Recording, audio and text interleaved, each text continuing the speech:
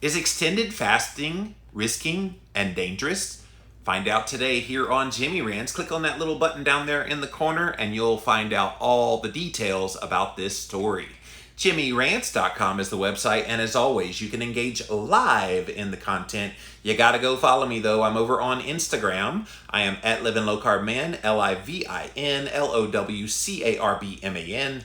Once you're there, engage live, or I flip the camera around accidentally. I do that whenever I'm trying to pin the post sometimes. I will grab it and then it will just flip the camera around. Sorry about that, guys.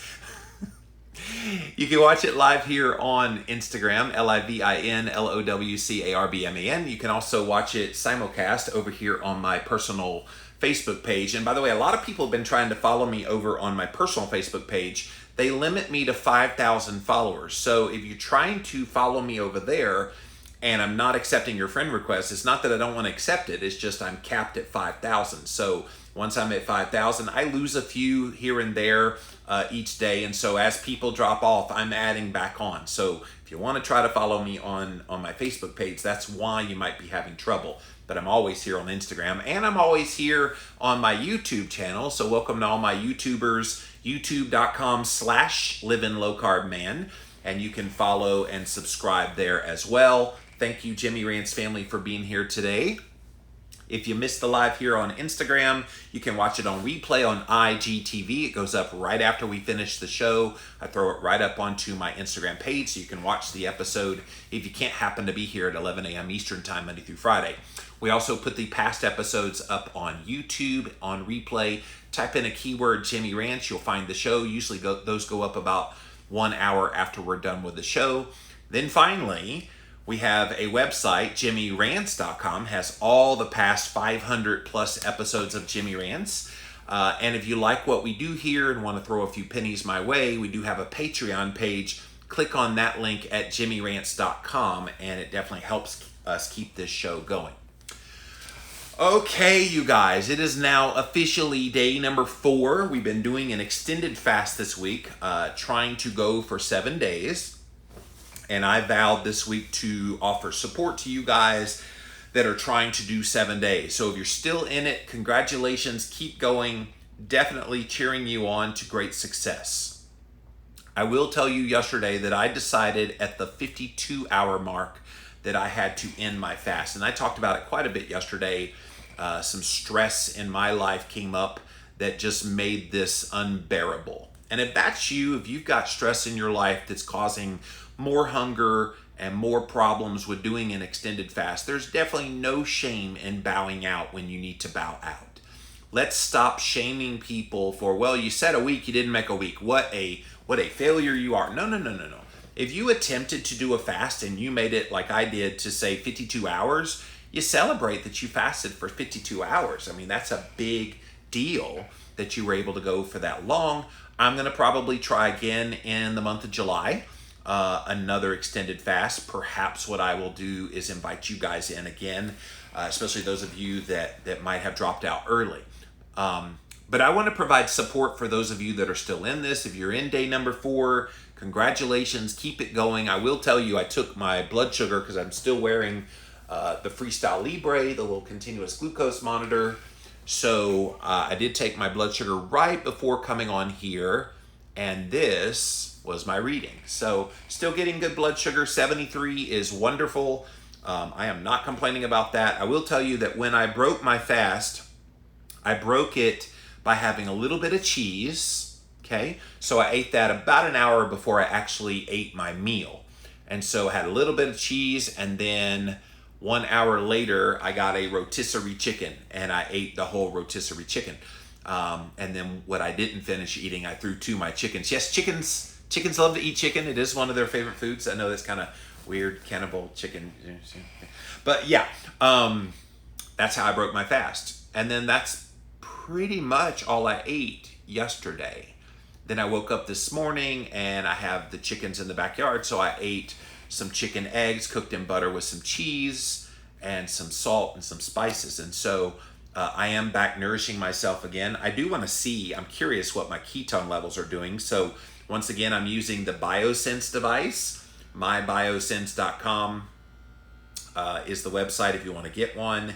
and Jimmy coupon code for $20 off plus free shipping. So it has to warm up. You will see that last night, my previous reading right there shows I popped a 10. So a 10 means that I had 1.0 blood ketones. So this is about a 10-to-1 ratio of the breath ketones translated into beta hydroxybutyrate, which is the blood ketones. So anything over 0.5 or on this device 5 is a good thing. So I popped a 10 last night, which means even after I fed myself, I was getting really good blood sugar readings. Norma says she's still going strong, had 82 and 1.1 for her blood sugar and blood ketones this morning, feeling great, headed to day 6. Girl, you are a rock star. I definitely am proud of you. So it does take a little bit to warm up. Today I'm going to talk about the riskiness and dangerousness of going on an extended fast. I have an article from Prevention magazine that I'm going to read from here. It's a couple of years old, but I think it's good information to kind of counter, because you're going to hear people say, oh my gosh, it's so dangerous to go that long without eating. You can't possibly go on an extended fast. You're going to damage, blah, blah, blah. You know, they have all the excuses. And so we're going to go over this article that makes it seem like it's extreme and risky and dangerous to go on an extended fast, and it's really anything but. So if you're just joining us, it's day number 4 of a fast. I ended my fast at 52 hours. Had a lot of stress yesterday from just various things in my life. So I ended it. I listen to my body. I know when to stop, and I stopped. All right. We're going to test my ketones now using the BioSense meter. Here we go.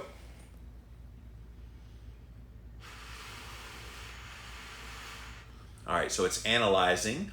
This generally takes about 15 to 20 seconds-ish to analyze. Nancy says, with your support, I've been able to make it 89 hours, an all-time best for me. Feeling good, so I'm going to keep going. That is awesome. All right, so predictably, I'm down a little bit in my ketones. It's down to 2, which is 0.2. And I'm not upset by that. Stress plays a huge role, you guys, in how you feel. The fact that I had lower ketones probably is another reason why it was good for me to end my fast. I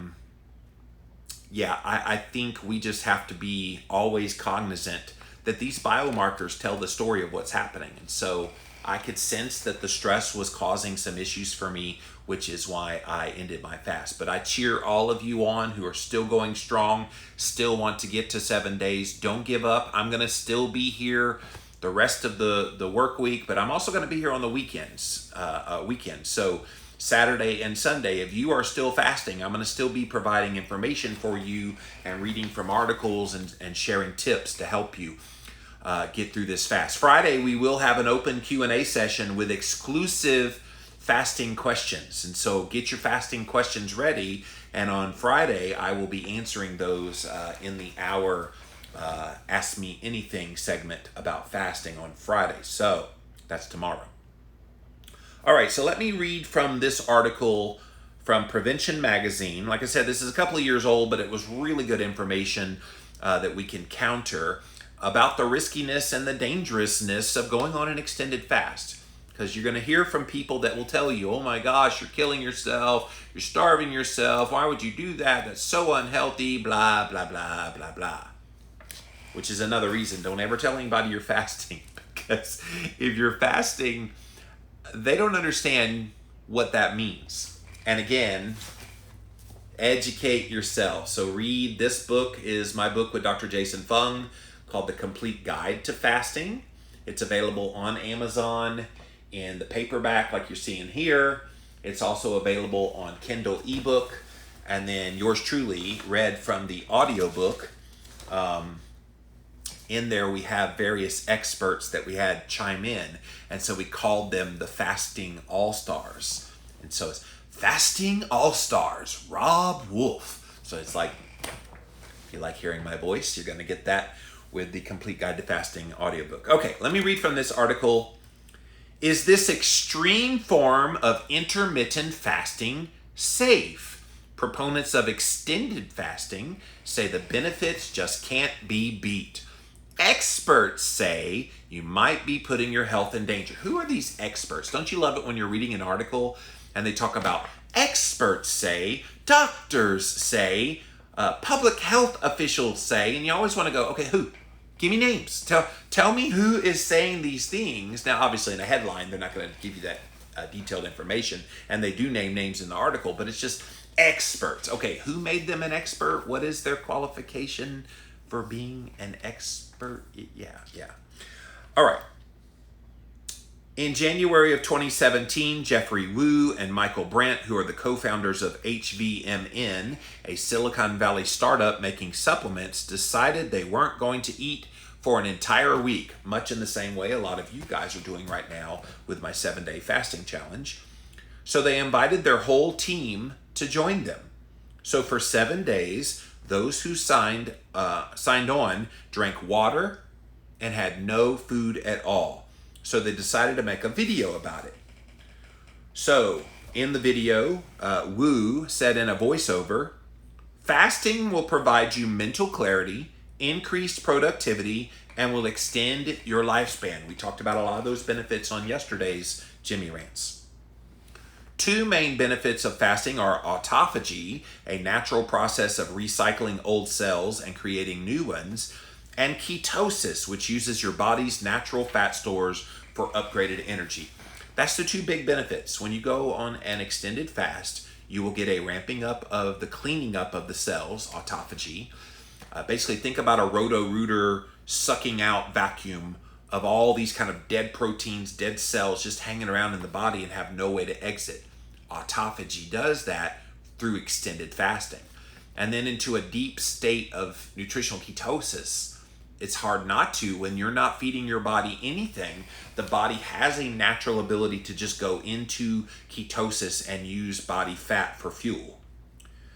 Wu says, I feel phenomenal, who appeared trim and refreshed on camera 2 days after the fast was over. I got a ton of stuff done, waking up at 7 a.m. for morning calls, powering through until 10 or 11 at night, no problem at all. It's an amazing accomplishment of willpower and discipline. So, a lot of you guys are feeling that. In fact, yesterday in an article I was reading, they talked about feeling euphoric, feeling like, and maybe a lot of you are almost feeling like you're floating, like it's almost an out-of-body experience when you get deep into fasting.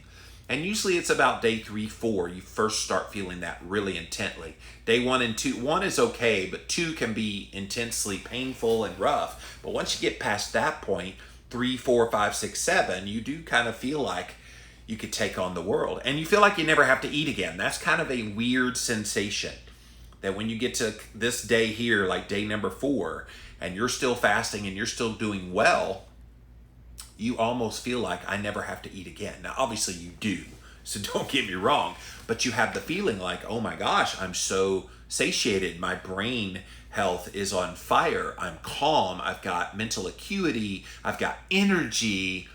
It's pretty fascinating, guys, which is why I'm such a huge fan of doing extended fasting. Not for everybody, but for the people who do want it and do want to get those benefits, it's definitely undeniable what it's doing for your body. Going a full week without food might sound crazy or even like a cult. Why do they have to throw that language in there? How is it cult-ish to want to do something healthy for your body? Now, I get it. We live in a society where food is so abundant that the idea of not eating food at all seems like such an alien concept to people. So I get the mentality that it's weird. I get the mentality that it's outside the norm, but outside the norm does not mean wrong. Outside the norm simply means, okay, the norm doesn't seem to be helping a lot of people. A lot of people are fat and sick. So how about we do the opposite of what's normal? I don't know, go periods of time without eating, and let's see what happens metabolically. Let's see what happens to my weight. Let's see what happens to how I feel and blood markers and all the reasons why so many of us go on extended fasting. This practice, known as extended fasting, has gained popularity amongst the so-called biohackers who also enjoy pushing themselves to the limit using technology to track all the results. Wu even had a sensor implanted in his arm so he can quickly check his glucose. Oh, you mean like that? And that's weird to have a sensor in your arm? Come on, people. Like if we deny the benefits that having tracking things, and I'm wearing a ring called Oura, O-U-R-A, that tracks my sleep. It tracks my heart rate variability while I'm sleeping, tracks my heart rate while I'm sleeping, body temperature, does a lot of good things. Are we supposed to just have these tools at our disposal and then not use them? I get it. People are stuck in the medical establishment. Yes, it's mental, all right. The medical establishment just said, go to your doctor and they have all the answers. I think most of us who are in biohacking mindset, we don't buy that. We don't buy that the doctors are really digging deep enough to give us the data that we need. So if it means we test our ketones with some fancy schmancy BioSense device that's a medical grade ketone analyzer, if it means we put a Freestyle Libre device in our arm to be able to test our blood sugar on a whim for a couple of weeks, if it means we use all these tools, all these little devices and health things to be healthy, why would they poo-poo that? Like, you ever stop to wonder about that? Other than doctors are being replaced. I still think doctors have their place in our culture, but it's not near the place that it used to be. Think about television, for example. Remember all the viewers back in the 70s and 80s used to watch MASH and used to watch Cosby Show and all these Love Boat, all these shows. And now the people that were viewing that, the number of people that were viewing then versus now is night and day. Now, about a third of what would have been popular in the 80s is considered really popular today because there's so many other choices that are involved that you could go on demand on Netflix. You could watch YouTube videos. You could go and do so many other things that divide your attention that you don't watch network television anymore. And cable television is out there now. So it dilutes it. And so people don't learn to move on. And the medical system, I think, is a failed system because they have not changed with the times, embraced the technologies that are available that people are actually using. This is why I think functional medicine has a leg up on mainstream medicine, because they understand that it's more than just the ways they've always done things. While so-called intermittent fasting has been gaining popularity as a way to lose weight, not just a way to lose weight, but it's a benefit, but it's not the benefit. There are many different kinds of fasting protocols. Some plans simply involve eating dinner early and then skipping breakfast the next day. That's an extended extending the intermittent fasting timetable. Others involve eating normally for 5 days and then eating next to nothing the other 2. So a 5-2 diet of eating normally. I would say eat keto 5 days and then take 2 days of fasting and then keto 5 days. Some people do that. Research suggests, though, at least for certain people, there might be real health benefits to following at least one of these unusual patterns. But extended fasting, loosely defined as a fast that goes over 24 hours, it often means foregoing food for up to a week. Oh, it could mean more than that. I have personally done 3 21-day fasts. I know some people that have fasted the Jesus fast, 40 days and 40 nights. That's hardcore, by the way. The longest I've tried to go fasting is 30 days. It was in January a couple of years ago, and I had stress come in my life where I paused the fast at around day 16, 17, and then restarted it a day later, and then had to pause it again. Again, travel was what was rough for me. Paused on the travel day and then restarted. So I made it the whole month of January except for those 2 days where I paused it. But 30 days in a row was my goal, and I did not do that. I have done 21 days in a row several times. So this kind of extended fasting over 24 hours almost belongs in a whole different category because of how extreme it is. Somebody tell me what is so extreme about not eating for a period of time. I get it. It's not normal, but not normal does not mean extreme. Not normal means you're going against the grain, but it doesn't mean extreme.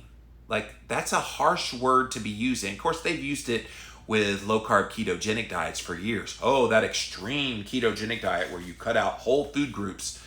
And yet they don't call the vegan diet an extreme one because they cut out all meat and double standard. Extreme. I just hate that word, that they think that is somehow insulting to those of you that care about your health and want to try fasting. While many practitioners do hope to lose weight, helping their people with this, practitioners of extended fasting, that's not always the goal. Wu, who was a part of that one from earlier, he weighs 165 pounds. He fasts just to get mental clarity and longevity. Exactly. These reporters, they don't understand when people do a diet, when people do a fasting regimen, it's not always about weight loss. Sometimes you want to get other, health benefits that come from it. Sometimes we want to have the autophagy benefits. Sometimes we want to lower blood sugar and blood pressure and blood insulin levels and inflammation levels and seek longevity. Why are those things less important for us to be focused on than weight loss? I get it. Our culture loves to hang on to every vestige of what the dieting industry is about. 99% of the time, it's about weight loss. But I love that biohackers have pushed the envelope and are saying, wait a minute, you get more than just weight loss benefits from this. I don't do it for the weight loss. I do it for the mental clarity, longevity, and all the other benefits that come with this. Social support and camaraderie are the key, says Wu. It's a culture change as much as it is a lifestyle change. So there are those so-called experts out there who want to poo-poo on what you're doing right now. And if you joined us late, we are in the midst of a 7-day extended fasting period. I put out this challenge starting on Monday to let's do a 7-day fast with water and salt. And so there are people who think if you do that, you are putting your health at risk. It's an extreme and a dangerous diet to go on if you try to fast for more than 24 hours. And so let's see what some of those experts have to say. One of them is a dietitian, don't get me started, named Abby Langer. She's a registered dietitian and nutritionist. These individuals who are doing extended fasting are looking to improve their focus and concentration by hacking their bodies to achieve optimal health. They are also people who tend to see eating as a chore and a disruption to their workday. No. I mean, I suppose the Silicon Valley guys, anything that would get them back behind the computer and working again is a good thing, but that's not the major motivation. I mean, don't get me wrong, when you're fasting and you get that extra time that you would normally be cooking food and eating food, you do get a redemption of time, but that's not the primary reason you do it. A lot of us do it because we like how we feel. We like the mental acuity. We like all the good things that come from fasting. So for her to say they tend to see eating as a chore, I don't think anybody that is an extended fasting fan sees eating as a chore. We just see that there are periods of time in our life where we don't have to eat, and that is a good thing. Abby, you just don't get it, girl. You don't. Many extended fasters seem to be men, but women too are getting on board. Well, yeah. Fasting does not know gender lines. I don't understand this whole idea of, and there was a concept out there many years, women shouldn't fast. Just because one woman blogger happened to have a bad experience trying to fast for more than 24 hours, and she blasted out to all the world, then this notion that women don't fast, women can't fast. I mean, I get it. If it's your time of the month, women don't fast during that time, but pretty much any other time besides that, unless you're pregnant, of course, you should not fast if you're pregnant. You should not fast if you're on your period. But other than that, there's no contraindication for a woman to be fasting. Silicon Valley entrepreneur Sumaya Kazi started doing intermittent fasting in 2015. Within 8 months, she'd lost 50 pounds. She has an IF guide for people who want to find out more. She's never fasted for a full week. The longest she did was 72 hours. She typically fasts for 3 non-consecutive days a week for 36 hours at a time. That's called a 4-3 protocol. Or we also, in our book, The Complete Guide to Fasting, we call it alternate day fasting. So you fast on Monday, you don't eat Tuesday. You fast on Wednesday, you don't, or you eat on Thursday. So alternate day fasting ends up being around 36 to 40 hours of fasting. So she writes, a 36-hour fast, to those who are unfamiliar, might sound extreme. However, when I explained that of those 36 hours, 16 of them, 2 8-hour sleeping cycles, while you're asleep, it sounds less daunting. And then after they've tried it out for a few fasts, a 36-hour fast can feel like a new normal. And it is.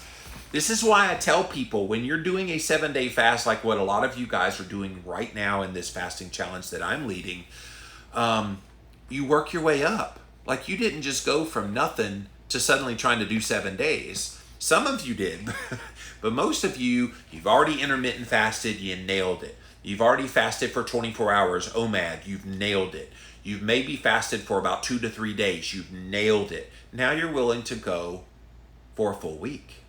And I think this incremental effect of fasting is the way to go. I think what kind of freaks people out is they think about how they feel in a fed state, especially sugar burners, that if they eat a meal and then they start getting hungry a few hours later because the carbs are stoking hunger, they can't fathom why you would want to go not just 1 day, 2 day, 3 day, but 7 days without eating. They're thinking of it in the context of eating, which is why keto adaptation is so important, because keto is your gateway into getting into fasting. Fasting just happens spontaneously when you are keto. And once you're fat adapted, and once you see your blood sugar going down, you see your ketones going up, all of those things are positive things in your health. So how hard is extended fasting?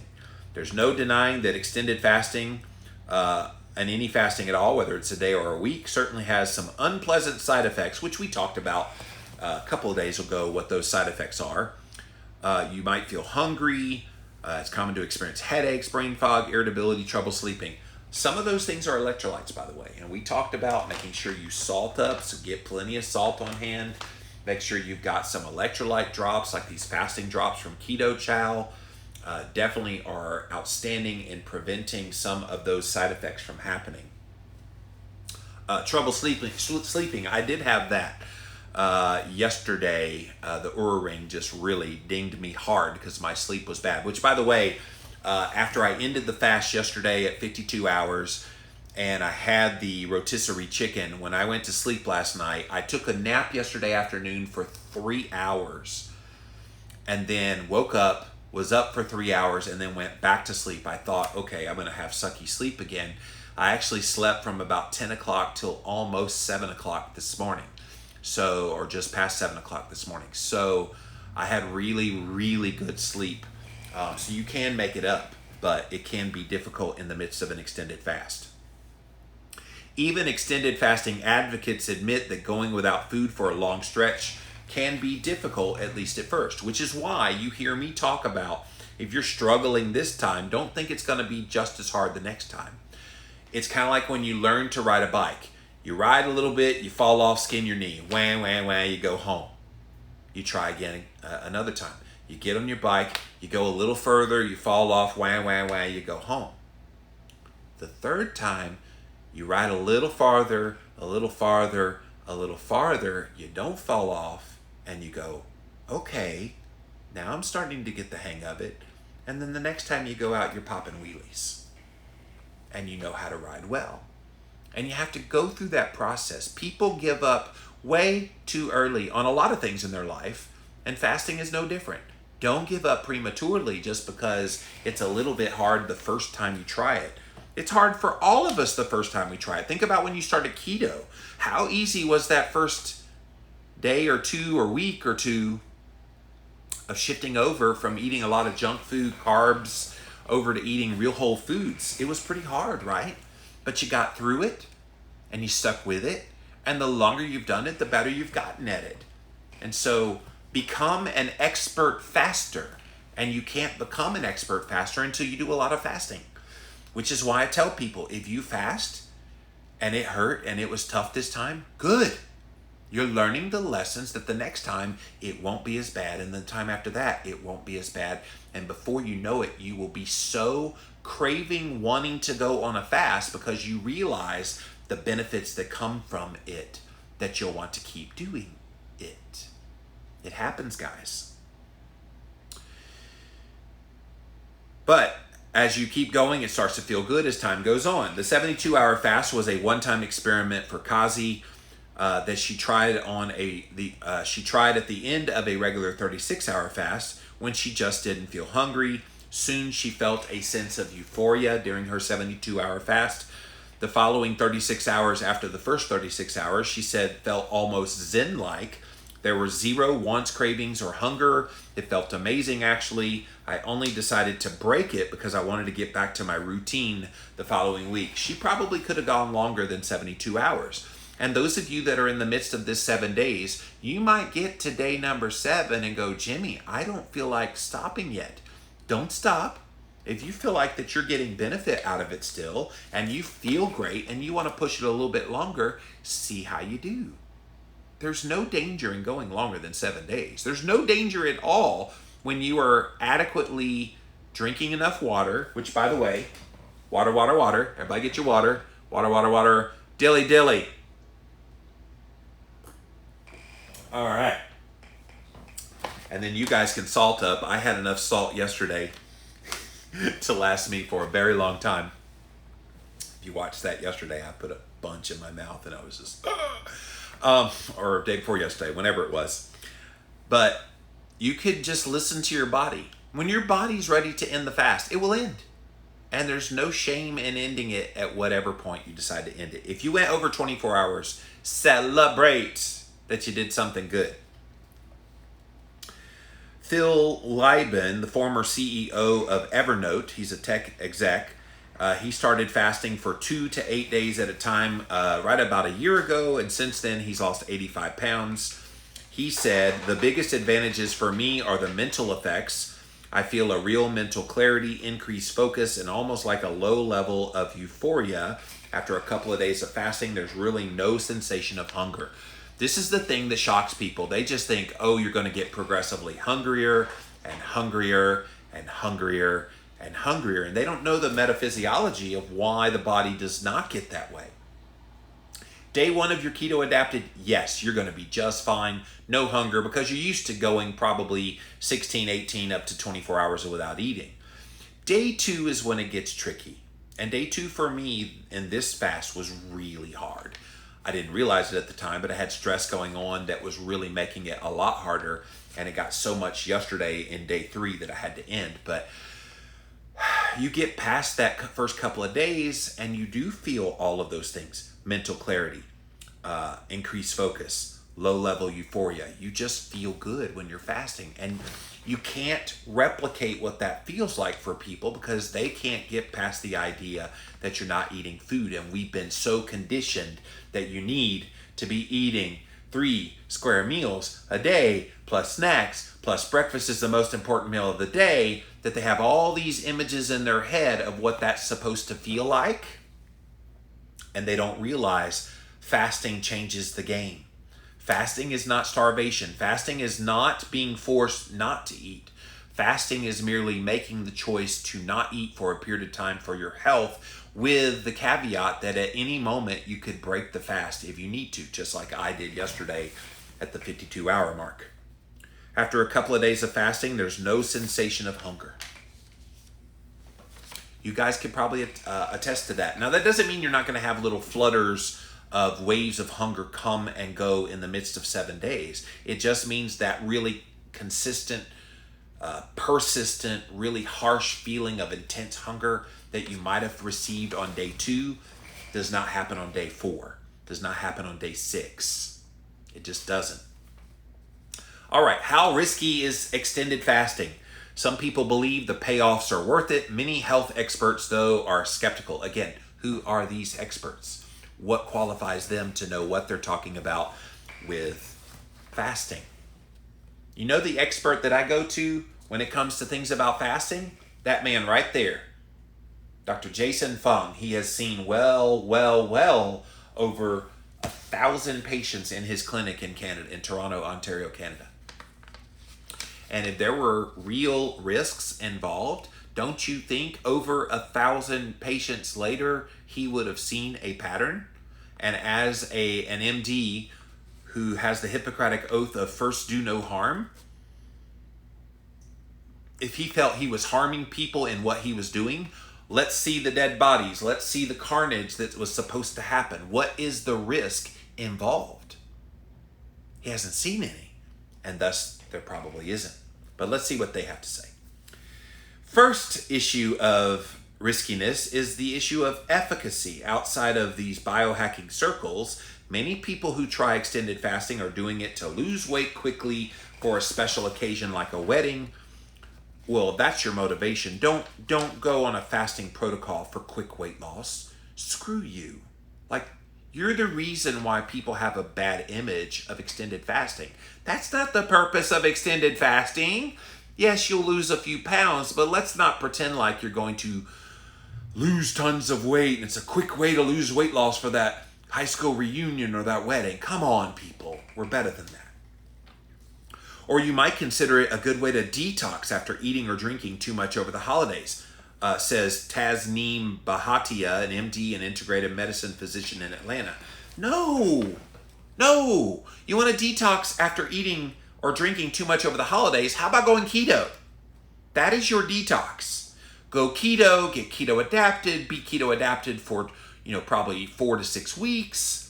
And then if you want to start implementing extended fasting after that, yes, you try extended fasting after being on a carb and alcohol binge, you're going to hurt and hurt badly. This is why the experts are so wrong, you guys.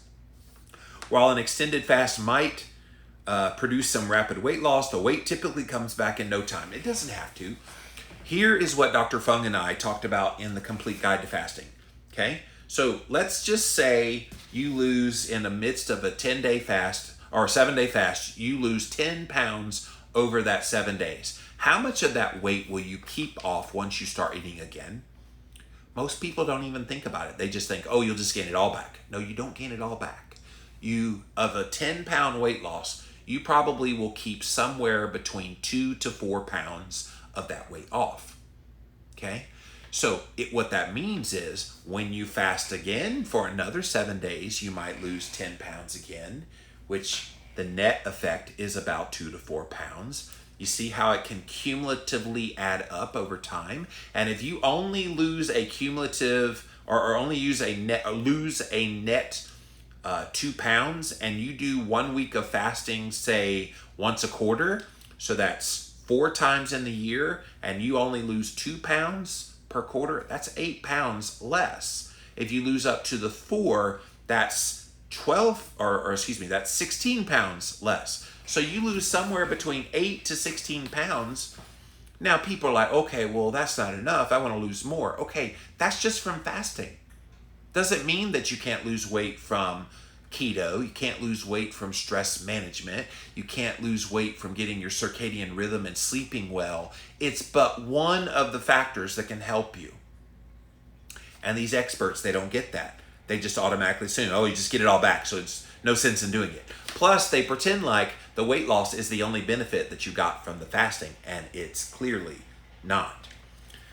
But we have other health issues to consider ourselves with, says Robin Berzon, a medical doctor at Parsley Health.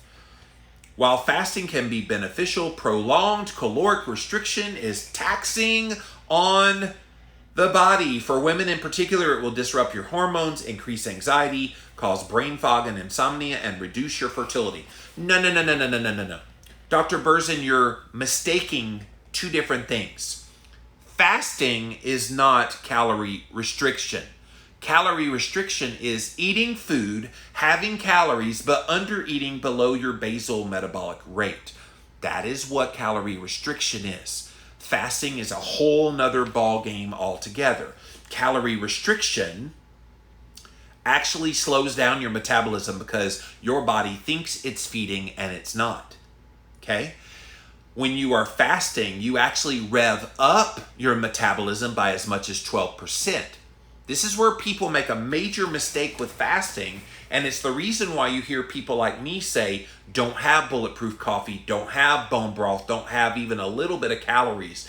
Because when you give your body a little bit of calories, it's revving up, it's revving up, it's revving up, thinking you're having a feasting day, and then when you don't feed it enough calories, it goes, okay, dude, hello, we need more food, and then you don't do it, you slow down your metabolism.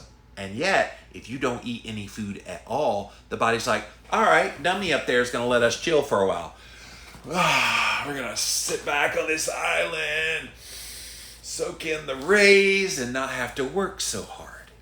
You see the difference? It's a very clear difference. And yet this medical doctor is showing she has no idea the difference between a total water and salt fast and calorie restriction.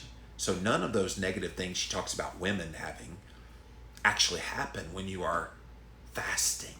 This is why I say water, salt, that is the best way to fast. Otherwise, you do fool your body into thinking that you're having food. She also says she's willing to monitor certain patients who are experimenting with fasting as long as they're not pregnant, nursing, or trying to conceive. Agree with all those. Although the trying to conceive, if you put your body into a fasted state and you decide to have fun and try to have a baby, I think you actually lower insulin enough. You could probably turn on some really good things that would maybe make it better and easier and more possible for you to conceive. Think PCOS, polycystic ovarian syndrome, which is a form of insulin resistance. When you get in a ketogenic state, either by ketosis nutritionally or by fasting, it actually can help push that down, which would make you more fertile. She also cautions those who have thyroid problems, adrenal fatigue, or insulin-dependent diabetes, which is type 1, to steer clear. However, she draws a former line, Bahatia does. I don't recommend long fast to any patients, as these fasts may be too hard on the adrenals and thyroid. If you have a pre-existing thyroid issue, perhaps. But if you don't already have adrenal fatigue, you don't already have thyroid problems, whether they're autoimmune like Hashimoto's or just a low thyroid function, you should not have any problem with that. Will you lower the thyroid numbers by going on an extended fast? You bet you will. Well, think about it. Thyroid doesn't have to work as hard. It's just like the reason the blood sugar goes down. It's the same reason your insulin goes down. Your body doesn't have to work as hard. So that's a very good thing. Langer, meanwhile, is concerned that going on an extended fast could trigger mental and physical health problems. Listen to this, you guys. Extended fasting seems very much like disordered eating to me. In my opinion, it's not healthy in any way to restrict food for a week. No. I think those of you that have been joining me on this 7-day fasting challenge this week, were you forced to go on this extended fast? No. What happened? You decided, okay, I've heard enough of the benefits. I've read books like The Complete Guide to Fasting. I've educated myself. I'm ready to give it a go. So I'm making the choice that this is something I want to do. And it's something I want to get the benefits from. And through that choice, you make the desirous effort to give it a go. And if at any point you want to end it, you end it. Just like Jimmy Moore did yesterday at 52 hours. There was no shame. I'm very pleased and very proud of myself for going 52 hours. And I'm going to go again here very soon. And I don't think we need to be telling people they have an eating disorder simply because they're choosing not to eat. An eating disorder and eating disorders, mind you, are very serious. Binge eating, anorexia, bulimia. I know people that have done all three. And those are indeed issues that are serious. But you choosing to go on a fast is none of the sort. And a medical doctor should be ashamed of themselves for saying that. Proponents like Wu are unlikely to be dissuaded from this, though he acknowledges that it's important to work with a doctor, especially if you're fasting for longer than 3 days. I agree if you have a health condition, such as type 2 diabetes or some other condition where you might need to monitor medications and other kind of vital markers, work with a doctor. But let's not pretend like if you're generally healthy and you don't have these health issues that you're going to somehow harm yourself if you don't see a doctor. Now I get it. It's a good CYA. Oh yeah, see your doctor if you're going to do this. Most doctors aren't going to support this. So what doctor are you going to see unless you go see Dr. Fong? Now there's some nutrition-minded doctors who understand fasting who could help you, but they're few and far between. At a certain point, nutritional deficiencies can happen, says Wu, but he has no regrets about the 7-day fast he did at the beginning of 2017. He plans to do another one in 2018. This whole nutritional deficiencies, people often ask, do you take vitamins when you're fasting? And my answer is no, I do not.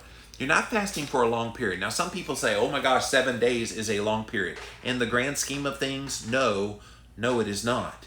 And so if you go a period of time without taking your vitamins, if you choose to take your vitamins, that's great. I know for me, taking vitamins on an empty stomach, I get bad kind of reflux kind of things that happen and start to feel woozy. I just don't do it anymore. It's a short period of time. Think about it that when you go in for a surgery, are you going to go run a marathon after you get out of surgery? No, you're letting your body heal. Well, think about fasting in the same way. You're giving this 7-day period a chance for your body to heal, so you don't need to necessarily be doing other things. Then when you start eating food again, eat nutrient-dense foods, take your vitamins again if you like vitamins, and do it that way. 7 days is not going to break your body. Extended fasting has changed Wu's outlook on food and eating. I realize how resilient the body is, how easy it is to avoid low-quality junk food. I can just not eat at all. If I didn't eat for 7 days and I'm fine, then I know I can handle skipping a crappy meal. One of the things, those of you that are doing this probably for the first time, this 7-day fasting challenge, one of the things you're going to find very interesting when you start eating again is your desire to eat's not going to be there. And you're thinking, what in the world? Why would I not want to eat, Jimmy? It seems to me that if I haven't eaten for 7 days, all I will want to do is eat. Watch. What's going to happen is day 8, after you've broken your fast and you wake up the next day, you kind of go, not really hungry. And you go kind of midday, I'm not hungry, but I feel like I should be eating.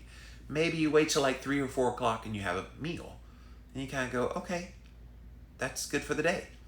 And then you wake up the next day and you go, why am I not hungry? You're learning that maybe a lot of your eating patterns were based on habit and not actual physical hunger.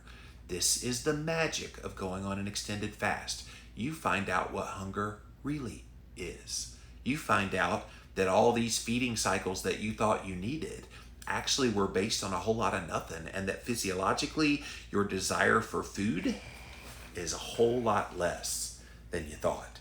All right, let's see what you guys have to say. We're going to come over here to my Instagram channel first, then to Facebook, finally to my YouTubers. Thank you all for being here today on Jimmy Rants. JimmyRants.com is the website. See what you guys have to say. Kat says 4th day, so I guess I'm here for a whole 7 days. Yeah, you make it 4 days. Those of you who are here at day 4, you're going to make it to 7. Because if you made it to day 4 without having any hiccups, you're going to make it to day 7. So Kat says, thanks for your support. Well, thank you. And Kat, you are a pro at fasting, so thank you for your presence here and helping to encourage the fellow Jimmy Rants fans. Linda says, I listen to the audio while I read the paperback. Oh, check to see if I made sure I read every single word correctly. But that's interesting, Linda. You're not the first person that said they listened to me reading the book while they're looking at the words on the book. I guess that helps you retain it better. Jillian says, I am on my monthly during this fast. It's tougher than the last time, but I feel great. Not as bad of cramps. Well, that's interesting, Jillian. You're the first girl I know who's gone on a fast during her period. Usually the cravings are pretty rough, and so kudos to you. I'm glad that the cramps aren't as bad. I'm going to surmise that it's the lowering of the insulin and the regulation of some other hormones in your body and the lowering of insulin. Did I say lowering of insulin? Maybe it's the increase in the ketones that might be squelching down a lot of that pain. But good job, Jillian. That's amazing. All right. Thank you, Instagram. Let me pop over to my Facebook page over here. Come on in, you guys. What's up, guys? See what you have to say about this dangerousness of being on a fast. Feeling great here, except very, very cold. Any explanation for this, Rhonda says. So I have another article I'm going to probably do over the weekend that talks about why people get cold. I haven't actually looked at that article, but I did print it out. My experience with this one is that coldness, Rhonda, has more to do with the lowering of the thyroid. And that maybe you had a little bit of lower thyroid function before you started this.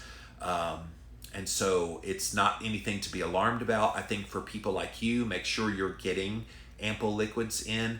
Maybe warm up the liquids so that it goes in your body and it warms you up.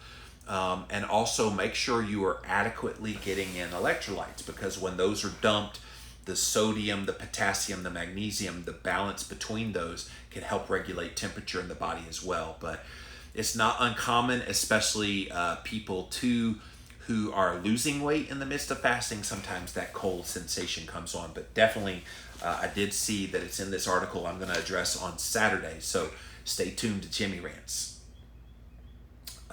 Tracy said I had to go 9 weeks without eating after surgery once, and I was fine. Isn't that funny, Tracy, that medical doctors poo-poo on 7 days of fasting, but when it comes to a medical thing like post-surgery, especially if it's something involved in the digestive system, the mouth or whatever, the esophagus, yeah, they don't have any problems with you not eating. And think about people who have like gastric bypass surgery, where they cut their stomach out and that has to heal, and they have to have soft foods and liquid foods for a bit.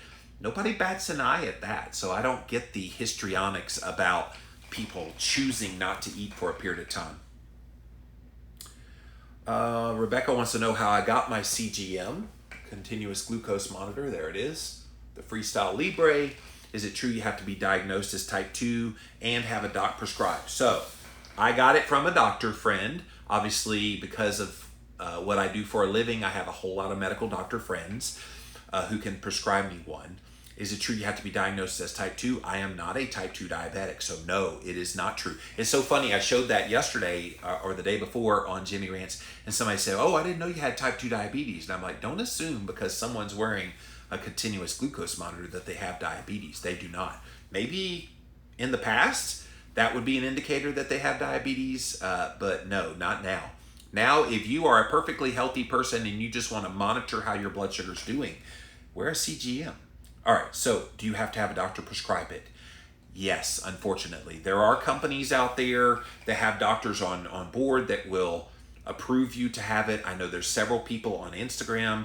Carb Addiction Doc, Dr. Robert Silas, I know has put out the call that if you want one, reach out to him. He'll try to get you one.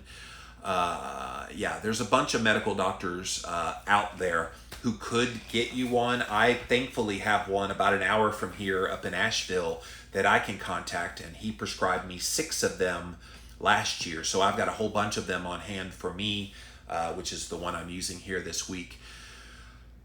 And hopefully we get to the point where those aren't as hard to get and can be available without a prescription. I mean, think about a glucometer. You can go buy one at Walgreens, Walmart right now at your local store. Why is it not the same for a CGM? It's just a glucose monitor you stick in your arm. So I don't know why you have to have a prescription, but that's the game you have to play right now. Norma said, when I did my 2-day fast, when I did my 21-day fast, if it hadn't been for some other problems, I could have gone on further. I was not hungry, had to work up to eating what I usually did. Yeah, after you're done with a fast, even 7 days, you're going to find you won't eat near as much. In fact, that first meal after you break your fast, that first meal is going to be about half the volume of food that you're used to eating. It's pretty amazing. The only thing I'm taking is my natural thyroid prescription, says Rhonda. So yeah,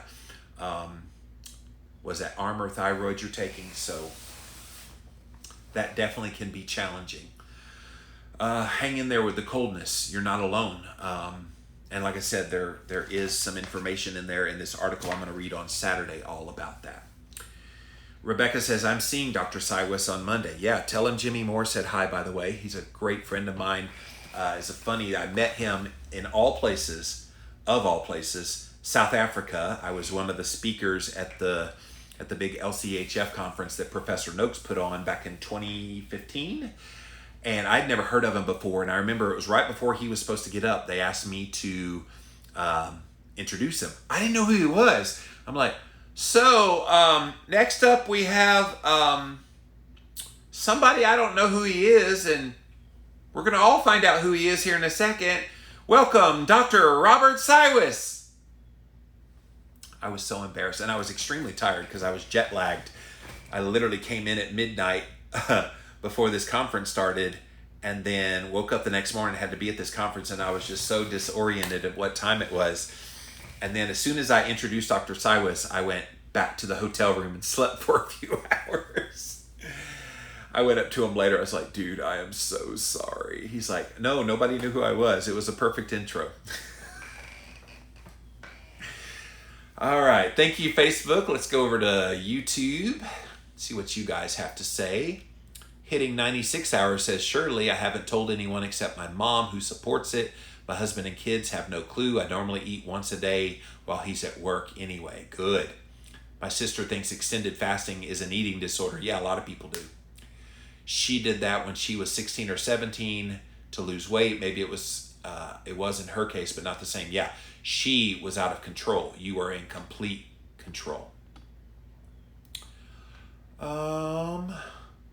I used to try to cook for the family in the crock pot to distance myself from the food, but the smell was really messing with me hardcore. Bad choice. Yeah, when you use a crock pot, the smell goes all over the house. So yeah, that not so good an idea, but nice try, Shirley. But congratulations on doing your fasting on the down low. That's pretty good.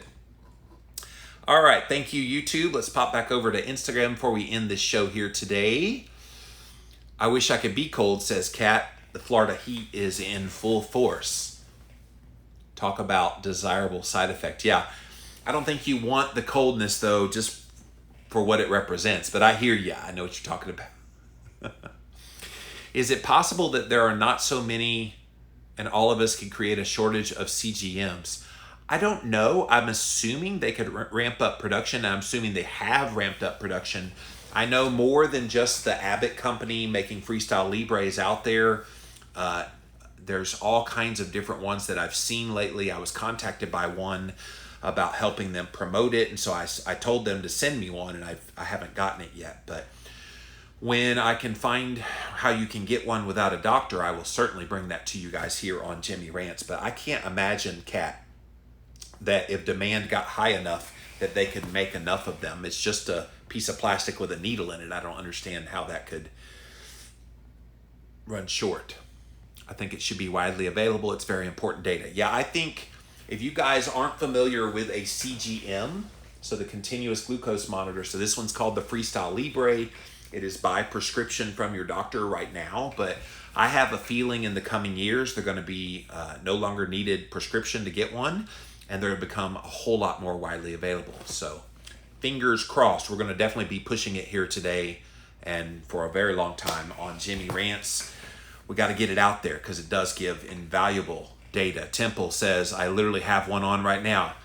Temple, we are sister and brother, wearing it. So, and like I said, right before I came on the air, I did a quick little swipe and I was a 73. So pretty darn good. All right, guys, that's it for this episode of Jimmy Rants. JimmyRants.com is the website. And as always, you can engage live in the content. Go follow me over here on Instagram. I'm at Livin' Low Carb Man, LIVINLOWCARBMAN. Once you're there, engage live and enjoy the content, you guys. We also simulcast over on Facebook as well as YouTube. Thank you all for being here today on Jimmy Rants. If you missed the live here on Instagram, we do throw them up on IGTV as soon as the show is over. So go to my Instagram page and you can see the past episodes of Jimmy Rants here on IGTV. We also put them up over on YouTube. So type in a keyword Jimmy Rants and you will find the show there. Finally, you can watch all the past episodes, 500 plus episodes over at JimmyRants.com. Where we house all of those episodes. Also, if you like what we do here and you want to support the work, I don't do any advertising on here. I don't do any, promoting of products per se, unless it's something like the NutriSense that adds value. We have a Patreon page, so go support the Patreon. Click on that. Certainly will help us keep this show on the air. So guys, until next time, we'll see you then. That's